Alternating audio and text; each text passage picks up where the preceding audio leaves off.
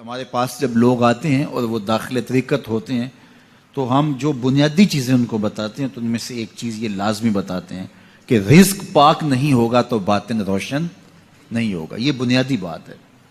اگر رزق پاک نہیں ہے تو میرے حضور نے ارشاد فرمایا کہ ایک بندہ سفر کر کے کعبۃ اللہ کے صحن میں پہنچتا ہے اور کعبے کے پردوں کو تھام رہا ہے, وہ یمد یدیہ, اور لمبے لمبے ہاتھ کر کے کہتا ہے اے اللہ, لیکن اس کا کھانا حرام ہے, اس کا پینا حرام ہے, اس کا لباس حرام ہے, وہ غزیہ بالحرام, اس کو غذا حرام سے دی گئی ہے. میرے حضور نے فرمایا اس کی کوئی دعا قبول نہیں ہوگی. سفر کیا, جنگل پہاڑ کاٹے, سمندروں کو پاٹ کر کے آگے گیا, ہواؤں کے کلیجے چیر کے آگے بڑھا, مہینوں کی مسافتیں طے کر کے گیا اور کعبۃ اللہ کے سامنے کھڑا ہے, سین حرم میں مطاف میں کھڑا ہے, لیکن اس کا جسم حرام سے پلا ہے. اس نے جو پہنا ہے اس لباس کا تانا یا بانا حرام کا ہے, اس کو غذا حرام کی دی گئی ہے, اس نے پیا حرام کا ہے, اس نے کھایا حرام کا ہے, تو پھر اس کا یہ سارا سفر رائے گاں چلا جائے گا, اس کو کچھ نصیب نہیں ہوگا. تو سب سے پہلی شرط اس عنوان سے عقل حلال ہے. اس کے بعد پہ صدق مقال ہے کہ آپ کی زبان جھوٹ نہ بولے. جب کوئی شخص جھوٹ بولتا ہے, روحانیات تو دور کی بات ہے, اللہ کے فرشتے اس سے 1 میل دور ہٹ جاتے ہیں. جب کوئی شخص جھوٹ بولتا ہے تو حدیث پاک میں آتا ہے اس کے منہ سے ایک خاص قسم کی بدبو نکلتی ہے. اس بدبو کو ہم نہیں سونگھ پاتے لیکن فرشتے سونگھ لیتے ہیں, چونکہ فرشتے انتہائی حساس مخلوق ہے اور وہ جھوٹ کی وجہ سے نکلنے والی بدبو کو سونگھتے ہیں. اللہ نے حضرت امام اعظم امام ابو حنیفہ رضی اللہ تعالیٰ عنہ کو یہ بصیرت عطا کی تھی اور یہ باطنی نظر بخشی تھی کہ جب کوئی شخص وضو کرتا تھا تو اس کے وضو کے پانی سے پہچان لیتے تھے کہ یہ کس گناہ کا مجرم ہے. جب بندہ وضو کرتا ہے تو وضو سے ہاتھوں کے گناہ جھڑتے ہیں, منہ کے گناہ جھڑتے ہیں, تو وہ وضو کے پانی سے اس بات کو محسوس کرتے تھے. اللہ نے ان کو وہ بصیرت عطا کی تھی, لیکن انہوں نے اللہ کی بارگاہ میں عرض کی مالک مجھ سے یہ چیز چھین لے, یہ چیز مجھے نہیں چاہیے. لوگوں کے بارے میں جو ہے وہ ایسا گمان پھر پیدا ہوتا ہے. تو فرشتوں کو اللہ نے وہ حساس جو ہے وہ پاکیزہ وجود دیا, اور ان کی حس ایسی ہے کہ وہ بدبو جو انسان بولتا ہے اور لفظوں سے جو اثرات نکلتے ہیں وہ محسوس کرتے ہیں. تو جب کوئی شخص جھوٹ بولتا ہے تو اس کے جسم سے, اس کی زبان سے جھوٹ کے ساتھ بدبو نکلتی ہے. اللہ کے فرشتے 1 میل دور تک پیچھے ہٹ جاتے ہیں. تو مجھے بتائیے, جو شخص جھوٹ بولتا ہو کیا اسے کوئی روحانی مرتبہ مل سکتا ہے؟ یہ سوچا بھی نہیں جا سکتا, یہ امکانات سے ہی نہیں ہے. اللہ کے محبوب علیہ السلام سے پوچھا گیا کہ حضور کوئی مسلمان, کوئی مومن کیا بزدل ہو سکتا ہے؟ فرمایا نہیں, وہ بہادر ہوتا ہے, لیکن ہو سکتا ہے کبھی اس سے بزدلی بھی سرزد ہو جائے. انسانی کمزوری ہے, کبھی انسان بہت طاقت میں ہوتا ہے اور کبھی انسان کمزور بھی پڑ جاتا ہے. فرمایا ہو سکتا ہے کبھی اس سے ہو بھی جائے. پھر پوچھا کہ بخل کر سکتا ہے؟ فرمایا نہیں, مومن سخی ہوتا ہے لیکن ہو سکتا ہے کبھی اس سے بخل بھی ہو جائے. کبھی کبھی دولت اسے اچھی بھی لگنے لگ جاتی ہے, جس طرح فرمایا گیا کہ اولاد مبخلتن مجبنتن, یہ جو اولاد ہوتی ہے یہ بندے کو بخیل بھی بنا دیتی ہے اور بزدل بھی بنا دیتی ہے. جب اولاد نہیں ہوتی تو بندہ سخی بھی ہوتا ہے اور بندہ جو ہے وہ مشکل حالات میں بھی کود جاتا ہے, لیکن جب اولاد ہوتی ہے تو پھر مشکل حالات میں کودنے سے پہلے سوچتا ہے میرے بچے ہیں یتیم ہو جائیں گے.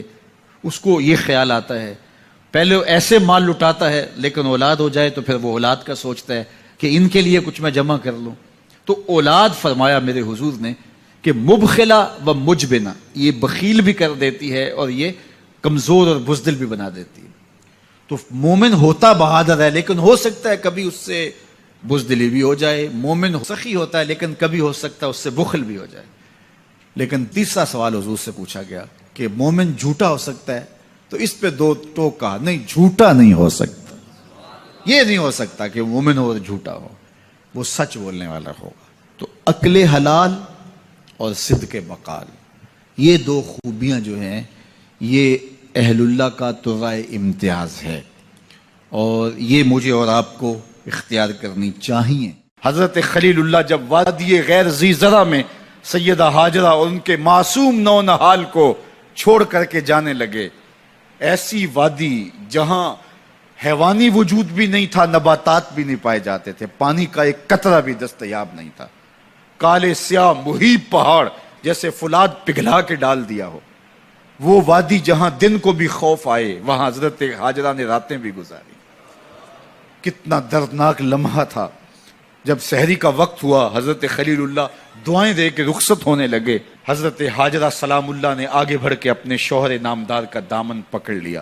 تمسکت بعضیالہ، دامن پکڑ کے بولی، میرے شوہر نامدار، اس محیب وادی میں، اس پہاڑوں کے دامن میں جہاں دن کو بھی خوف آئے، نونہال معصوم کے ہمراہ مجھے چھوڑ کے کہاں جا رہے ہو؟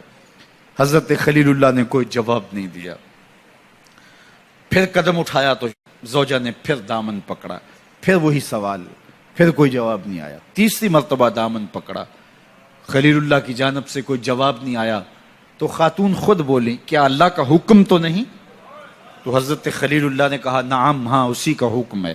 حضرت ہاجرہ نے دامن چھوڑ دیا، کہا جائیے، خیر سے جائیے، اگر اس کا حکم ہے وہ ہمیں ضائع نہیں ہونے دے گا. جہاں دن نہیں گزارے جا سکتے تھے، پھر اس خاتون نے وہاں راتیں بھی کاٹی. وہ وادی جس میں وحشت بھی قدم رکھتی تھی ڈر ڈر کے، جہاں پھرتے تھے آوارہ تھپیڑے بادے سر سر کے، جہاں پر گھاس اگتی ہے، جہاں نہ پھول کھلتے ہیں، مگر وہ سرزمین ہے آسماں بھی جھک کے ملتے ہیں. اپنی پاک باز بیوی اور نونہال بیٹے کو چھوڑ کے حضرت خلیل اللہ دعائیں دے کے رخصت ہو گئے.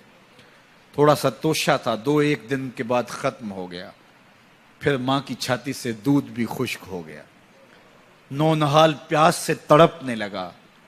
ماں تو پھر ماں ہوتی ہے، تڑپتی ہوئی ممتا کا دل بے قرار ہوا. ایک پتھر کے سائے میں معصوم اسماعیل علیہ السلام کو لٹایا اور پانی کی تلاش میں جبل صفا پہ چڑھی. اطراف میں آسمانوں کی طرف دیکھا، کہیں کوئی پرندے اڑتے دکھائی دیں اور پانی کا نشان ملے اور میں وہاں سے بیٹے کے لیے 2 بوند لے آؤں، لیکن کچھ دکھائی نہیں دیا. تا حد نظر پھیلا ہوا آسمان ہی آسمان ہے اور پہاڑی پہاڑ نیچے دکھائی دیتے ہیں. پھر مروہ پہ آئیں، درمیان میں نشیبی جگہ تھی، وہاں بیٹے کا من موہنا چہرہ دکھائی نہیں دیتا تھا. دوڑ کے گزری اور جا کے صفا پہ گھوم کے دیکھا، کچھ نظر نہیں آیا.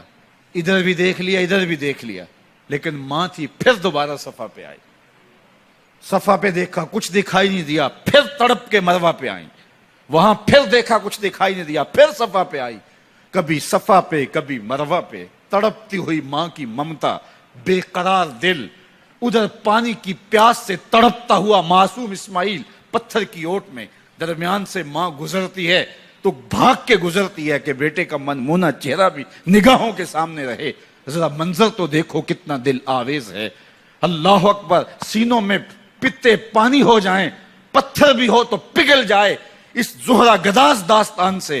لیکن اللہ پر توکل اور ماں کی بے قراریاں، کبھی صفا پہ کبھی مروہ پہ، زبان پہ شکایت نہیں ہے. پھر جب مروہ پہ پہنچتی ہیں، 7 چکر مکمل ہو گئے، تو ادھر کیا دیکھا کہ معصوم اسماعیل ایڑیاں رگڑ رہا ہے. ماں کا دل ڈولنے لگا کہ بیٹا آخری لمحوں میں. دوڑی کہ بیٹے کو جا کے اپنی چھاتی سے چمٹاؤں، ہو سکتا ہے 2 قطرے دودھ کے اس کی زندگی کی آس بندھا دیں. تو ماں دوڑتی ہوئی آئی، لیکن جب قریب آئی تو منظر بدلا ہوا تھا. معصوم کی ایڑیوں کے رگڑنے سے تازہ چشمہ پھوٹ رہا ہے.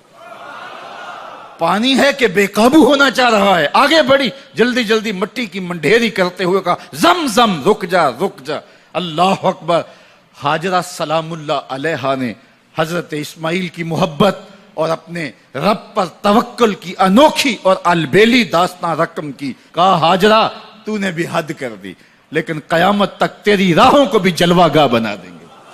یہاں نبی بھی دوڑیں گے، ولی بھی دوڑیں گے، غوث بھی دوڑیں گے، کتب اور ابدال بھی دوڑیں گے، شہنشاہ بھی دوڑیں گے، کج کلا بھی دوڑیں گے. یہ دوڑنا ہم عبادت بنا دیں گے، حتیٰ کہ امام الانبیاء بھی ان راہوں کی سائی کرتے رہے. عجیب رنگ، عجیب منظر اور عجیب کیف کا عالم. اچھا، یہاں رک کے ایک بات کرنا چاہوں گا. اگر آپ کی توجہ ہو، جہاں حضرت ہاجرہ دوڑی اور ان کے مبارک قدم وہاں لگے اور لگ کے ہٹ گئے، عارضی نسبت ہے، مستقل نسبت نہیں ہے. جہاں ان کے قدم لگ کے ہٹ گئے وہ جگہ تو جلوہ گاہ بن گئی، اور جہاں حضور خود جلوہ فرما ہیں وہ گنبد خضرا جلوہ گاہ کیوں نہیں ہو سکتا ہے؟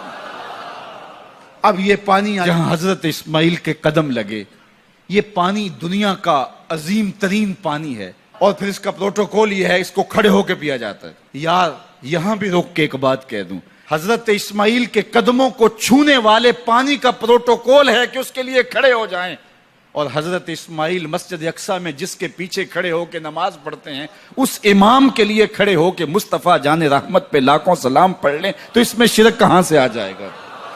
تو یہ تکریم ہے، یہ عزت ہے اس پانی کی کہ اس نے حضرت ذبیح اللہ کے قدم چھوئے ہیں۔ تو یہ سارا حج